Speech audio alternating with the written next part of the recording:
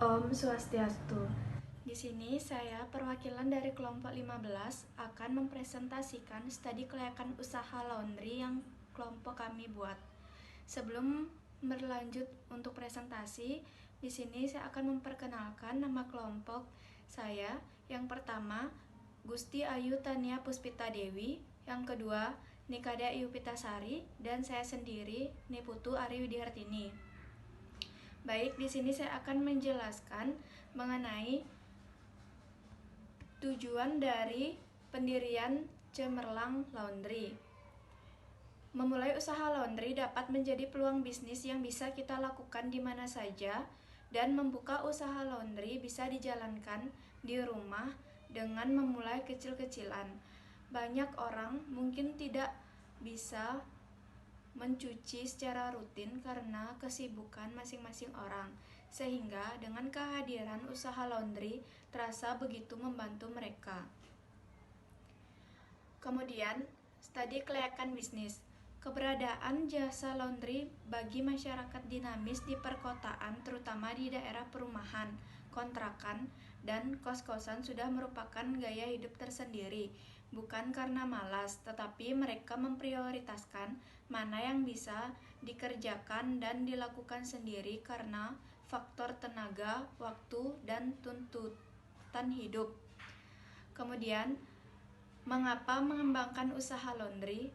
Karena letak usaha laundry kami berada di daerah perumahan, kos-kosan, dan penginapan lainnya. Lokasi yang strategis yang membuat kami ingin membuka usaha laundry dan berpikir peluang usaha laundry akan besar. Serta dalam perumahan ini hanya baru ada satu laundry yang akan kami jalankan. Tentu akan membuat masyarakat merasa terbantu dengan usaha kami karena banyak dari mereka yang bekerja dan tidak dapat mencuci pakaian mereka secara rutin. Kemudian, yang kedua, desain studi kelayakan.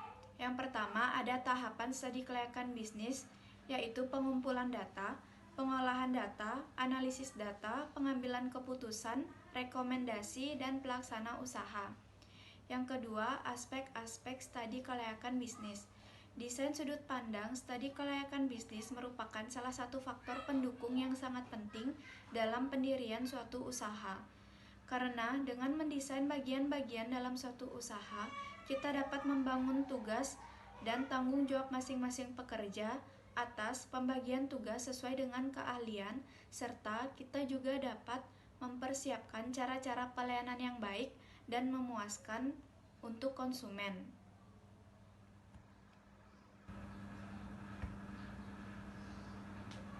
Hasil studi kelayakan bisnis. Di sini ada 3 bagian. Yang pertama, pemilik sekaligus administrasi dan marketing. Kemudian yang kedua adalah pegawai. Untuk tugas dan tanggung jawab pemilik sekaligus admin dan marketing itu sebagai pemilik tunggal usaha, kemudian memenuhi kebutuhan usaha, mengatur masalah keuangan atau pembukuan, merinci dan membuat kwitansi atau bon, mempromosikan usaha di media sosial, dan membuat spanduk untuk dipasang di depan pintu usaha laundry. Kemudian tugas dan tanggung jawab pegawai. Yang pertama, mencuci, menjemur, kemudian mensetrika pakaian. Yang kedua, antar jemput pakaian kotor ke rumah pelanggan. Baik, sekian presentasi dari saya. Akan dilanjutkan oleh teman saya. Terima kasih. Perkenalkan, nama saya Gusti Ayu Tania Puspita Dewi, nomor absen 1. Di sini saya akan melanjutkan presentasi dari teman saya. Di sini saya akan membahas aspek pemasaran. Yang pertama ada segmentasi, target, posisi pasar. Segmentasi dalam pemasaran yang kami tawarkan ialah jasa laundry dengan harga satuan atau kiloan. Dan ada harga spesial untuk 5 pelanggan pertama saat usaha laundry sudah dibuka. Yang kedua, target. Untuk target pemasaran, kami meliputi semua kalangan. Yang ketiga, ada posisi pasar. Bila dilihat dari lokasi usaha laundry kami, dirasa sangat strategis karena lokasi berada di perumahan Jalan Raya Pemogan dan Pasar Selatan yang ramai dengan kos-kosan dan penginapan. Yang kedua ada mengukur dan peramalan permintaan. Berdasarkan hasil pengamatan kami di lapangan, kebutuhan masyarakat terhadap jasa laundry semakin meningkat karena dapat mempermudah pekerjaan ibu rumah tangga atau remaja dalam menyelesaikan pekerjaan rumahnya. Yang ketiga ada manajemen pemasaran. Untuk manajemen pemasaran, selain melalui media sosial, kami langsung terjun ke perumahan warga untuk promosi dan dari mulut ke mulut. Kami juga menawarkan harga promosi pada awal bisnis kami dengan memberikan harga spesial untuk 5 pelanggan pertama. Bila dirasa usaha laundry kami maju, kami tentu akan memberikan inovasi untuk pelayanan dan bisa membuka cabang di tempat lain. Yang keempat ada aspek manajemen. Yang pertama perencanaan. Dalam perencanaan aspek manajemen, kami telah merencanakan untuk memperluas usaha laundry dengan menyewa tempat yang lebih luas apabila pelanggan laundry meningkat, agar pelanggan juga nyaman apabila datang ke laundry untuk membawa pakaian kotor mereka. Yang kedua, ada perorganisasian. Dalam menjalankan bisnis pendirian usaha laundry, kami membutuhkan beberapa tenaga kerja agar dapat beroperasi. Oleh karena itu, pemilik telah menyusun suatu struktur organisasi yang diharapkan dapat membantu menjalankan bisnis ini. Jumlah karyawan yaitu 3 orang. Yang pertama pemilik sekaligus administrasi dan marketing. Yang kedua ada pegawai sejumlah 2 orang. Yang ketiga ada pengendalian. Untuk mengendalikan manajemen kami membagi tugas dan memberikan tanggung jawab pada setiap personil, antara lain tugas personil yang pertama untuk pemilik sekaligus administrasi marketing. Yang pertama itu merinci dan membuat kwitansi. Yang kedua mencatat pemasukan dan pengeluaran. Yang ketiga mencatat keluar masuknya pengambilan baju. Yang keempat promosi di media sosial. Yang kelima mempromosikan usaha di media sosial, membuat spanduk untuk dipasang di pintu usaha laundry. Pegawai yaitu tugasnya mencuci dan setrika pakaian, antar jemput pakaian kotor ke rumah pelanggan. Sekian presentasi dari saya, akan dilanjutkan oleh teman saya. Perkenalkan, nama saya Nikada Ipitasari, nomor absen 2. Di sini saya akan melanjutkan presentasi dari teman saya. Yang kelima, aspek sumber daya manusia. Perencanaan sumber daya manusia.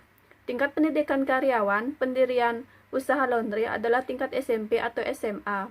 Karena pemilik usaha sudah merasa cukup mampu bagi lulusan SMP atau SMA untuk membantu pemilik menjalankan usaha pendirian laundry. Pemilik administrasi sekaligus marketing lulusan SMA. Cara menganalisis atau menseleksi sumber daya manusia yang dibutuhkan dalam usaha pendirian laundry dengan kriteria sebagai berikut. Untuk posisi pegawai, perempuan, lulusan SMP atau SMA, berdomisili di wilayah Denpasar, memiliki SIM C, dan bertanggung jawab, rapi, peduli dengan lingkungan, rajin dan sabar. Yang keenam, aspek keuangan. Di sini saya akan menjelaskan kebutuhan dana. Yang pertama, meja panjang dengan dana 700.000, timbangan 1 unit dengan dana 100.000, nota 1 pack 150.000, ember 4 buah 100.000, hanger 10 lusin 120.000, plastik laundry 4 bungkus 100.000, parfum 5 liter 145.000, setrikaan 2 buah 500.000, dan mesin cuci 2 buah dengan harga 5 juta. Sumber dana pendirian usaha laundry ini adalah milik pribadi atau dana pribadi.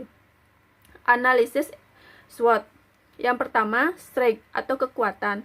Kelebihan dari usaha laundry kami ada menyediakan jasa antar jemput di wilayah perumahan tanpa ada biaya ongkos kirim atau ongkir.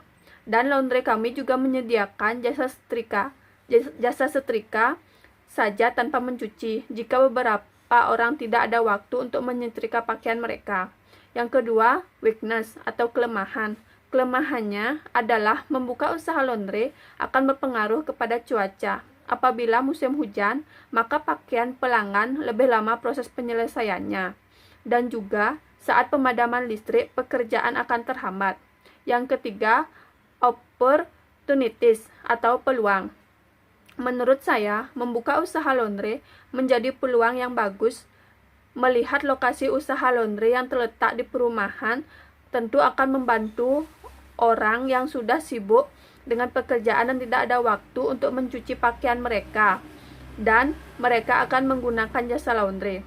Yang keempat, threat atau ancaman. Ancaman yang bisa muncul ketika membuka usaha laundry yaitu permasalahan limbah air cucian yang bisa menjadi pencemaran lingkungan. Kemudian, saingan laundry yang lain dan beberapa masyarakat yang sudah memiliki mesin cuci sendiri. Sekian presentasi dari saya. Terima kasih.